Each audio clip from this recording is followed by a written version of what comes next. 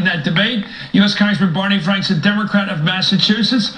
David Corn, of course, SMBC political analyst and Washington bureau chief for Mother Jones Magazine. Congressman Frank, I have a lot of respect for you, as you know. I want you to listen to what, if you didn't catch it last night, here was the inimitable Newt Gingrich last night talking about you and former Senator Chris Dodd, saying you should both be in prison. Let's watch. If they want to really change things, the first person to fire is Bernanke, who is a disaster as chairman of the Federal Reserve. The second person to fire is Geithner. And if you want to put people in jail, I want to second what Michelle said. You ought to start with Barney Frank and Chris Dodd, and let's look at the politicians who created the environment, the politicians who profited from the environment, and the politicians who put this country in trouble. Clearly not saying they should go to jail. Well, in Chris Dodd's case, go back and look at the countryside deals. So, in Barney Frank's case, go back and look at the lobbyists he was close to at Freddie Mac. Well, that was a portrait of malevolence. Congressman Frank, what do you make of this? Is this libel or what is it? I don't know what to make of it. Well, first of all, you have to understand, when you think you are the intellectual leader of the free world and you find yourself struggling to pass Michelle Bachmann in a poll in Iowa, it is unsettling. I understand that the poor man isn't getting his due. But what was particularly extraordinary was he was talking about a period when he was in charge, not me. You know, the run-up to this crisis, the crisis began to bubble over in 2007 and 2008.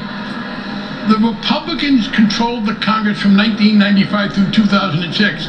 Newt was himself Speaker for 4 years, did nothing about the problems he accuses me and Chris of causing, and then it was Tom DeLay. So apparently, and I'm regretful, Chris, apparently I had some secret influence over the Republican leadership that I never knew about, because if I had, I would have told them not to impeach President Clinton. I would have told them not to go to war in Iraq. I would have told DeLay not to go on the dance show. I mean, there are a lot of things I would have done. The second thing I would say is what he then is objecting to is the bill we passed. Yeah, they don't like an independent consumer agency and the work that Elizabeth Warren did.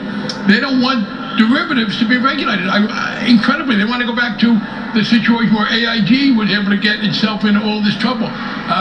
They don't want a fiduciary responsibility on people who advise investors. So, as I said, first of all, he's talking about the period when his party was in control. In 2007, when we took over, we began to make illegal these subprime loans, etc. And as I said, poor Newt is just beside himself. He thought he was a great gift to the country, and he finds himself being taken back to the return window, not at Tiffany's, I guess, but a different place, and he can't deal with it.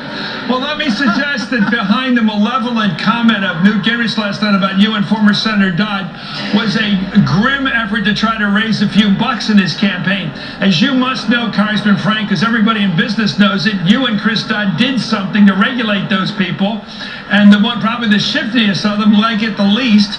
Is this a way to pass the tin cup around and get some money for what is already a cash-strapped campaign?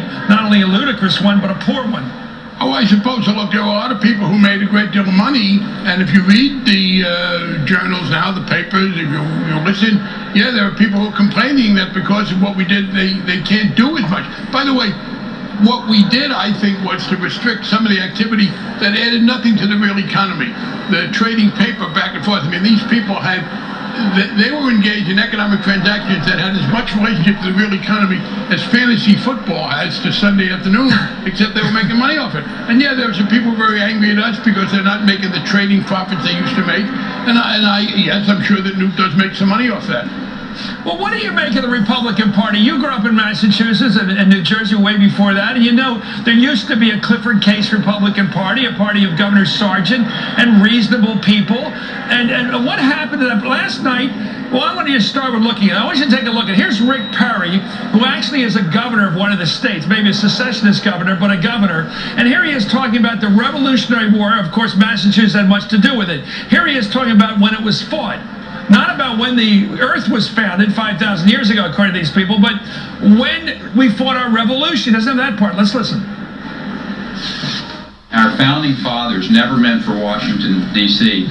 to be the fount of all wisdom. As a matter of fact, they were very much afraid of that. It was actually the reason that we fought the revolution in the 16th century was to get away from that type of onerous crown, if you will.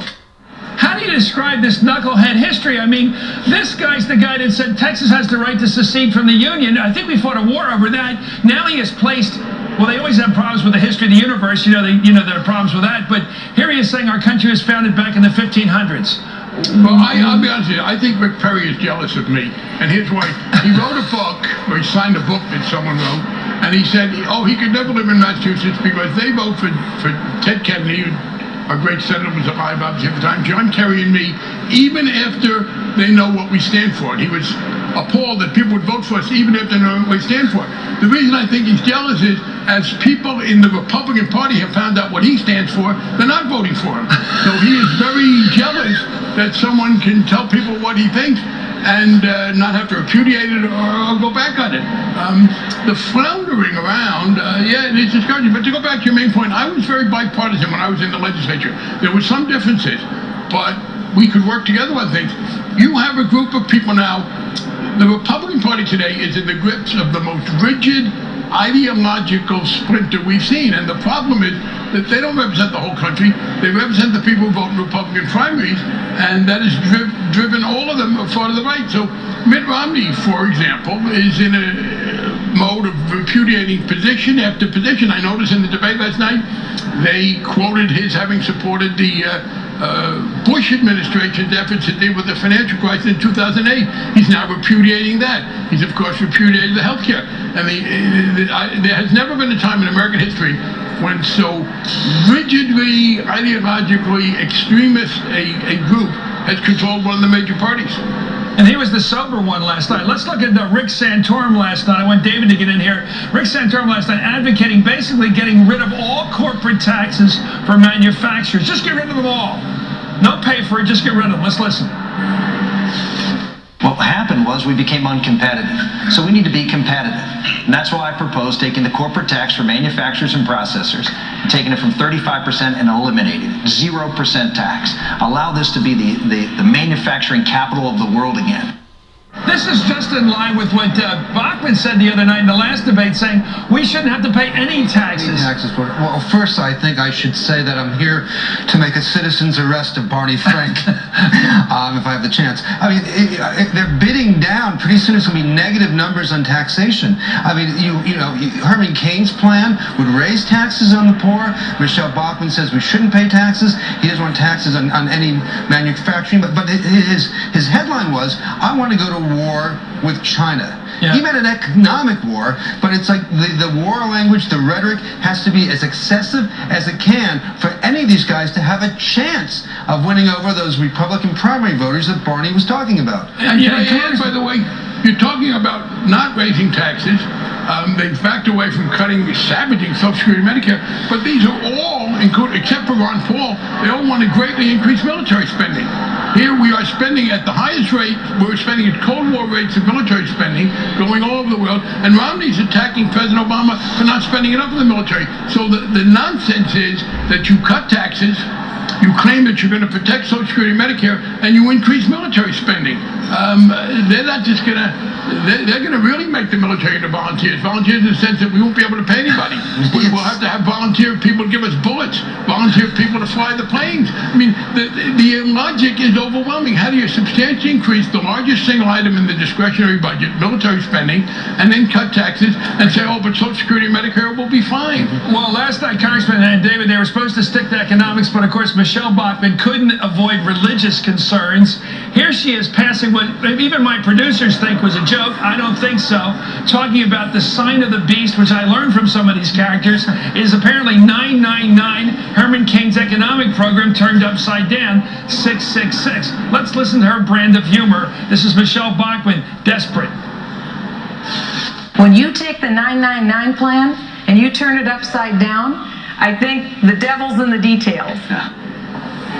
What would you say if you were debating a person like that who shifted the topic to the strange far-right Christian notions about the devil and the sign of the beast? She can't resist that catnip.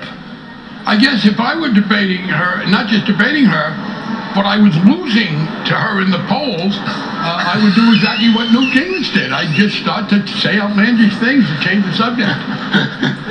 David, I can't keep up with. By the way, Barney's as smart as Newt thinks he is. Yeah, Thinks he is. yeah, That's yes. the problem we have here. Your thoughts? Yeah, I think there is a slight chance, maybe more than slight, that Michelle Bachmann really believes this. The son of the beast. The son of the beast. hurricane is the Antichrist. That perhaps, I mean, she has said so many outlandish things over the years, and she has a very fundamental view of the world. She has a very conspiratorial view of the world. Next time you get on the show, ask her about Agenda 21. She believes in black helicopters and everything leading up to the rapture.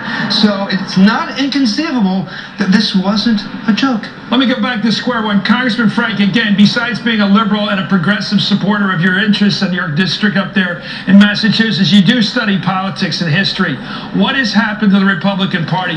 Why does it look like a Tea Party-fueled party looks like it's given up in finding a candidate that it likes and looks like it's willing to go with one it doesn't like? Well, it's a combination of things. I think the fact is that the economy went very sour during a Republican regime. And I want to stress this again. While the Republicans have had this great success in saying, oh, the Democrats caused the problems, for 6 years, from 2000 through 2006, which is clearly the time when the economic problems festered and got worse and were ready to blow up, we had Republican control of the presidency, the House, and the Senate. That's unusual. The last time we had a 6-year period of one party controlling all three branches was Lyndon Johnson. So they had control, and it went terribly wrong. And here was this problem. They could not deal with that, and they could not deal with the problems that there was too little regulation, too little government intervention, too little of a public sector rolling along with the private sector. So they were literally kind of driven mad by it, and the anger just exploded on themselves. So I guess they had to say, look, they couldn't possibly go to the left. If George Bush's administration was a failure in this leading up to the economic crisis, and of course in the Iraq War, the greatest mistake in American history, I believe that was a single conscious decision, then the only answer is to go further to the right. I mean, they couldn't stick with Bush. They are constitutionally unable to move even to a more centrist position, so they had then, the only place they could go was to the right. That's why you have people like Gingrich and Mike Romney and a lot of others far to the right of where they ever were before. Because again, the model they had of a Bush administration became indefensible, and they had to find a new model, and given their ideology, given their positioning, the only one they could find was to the right. You're invited back on this program anytime you'd like, especially when you're accused of a felony by Newt Gingrich. Well, be fair. He didn't say that. It might have been a serious misdemeanor. Okay, serious misdemeanor. Anytime, any place. Thank you very much, Congressman Barney Frank of Massachusetts, who I do believe has the IQ that Newt, in his delusion, thinks he might have had at one point in his earlier life. Thank you very much. Of course, David Corn. Coming up.